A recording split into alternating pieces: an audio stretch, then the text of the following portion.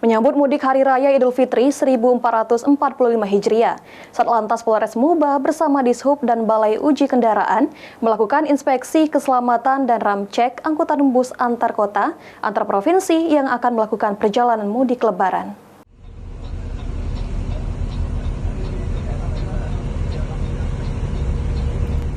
Tim gabungan Satlantas Polres Muba dan Dishub Kabupaten Muba melakukan sidak keselamatan dan ramcek kepada sejumlah angkutan umum yang melakukan mudik Lebaran.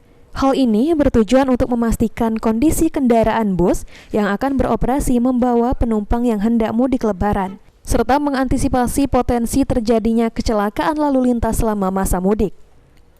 Kasat Lantas Polres Muba AKP Riki Mozam bersama tim keselamatan melihat secara detail kondisi teknis dan kelengkapan kendaraan bus seperti rem, lampu, ban, dan sistem keselamatan lainnya diperiksa secara cermat. Ramcek ini dilaksanakan di Terminal Randik.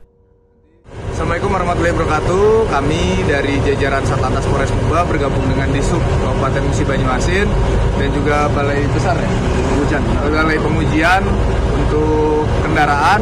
Saat ini kita melakukan kegiatan ramcek, yaitu pemeriksaan kendaraan sebelum dia berangkat.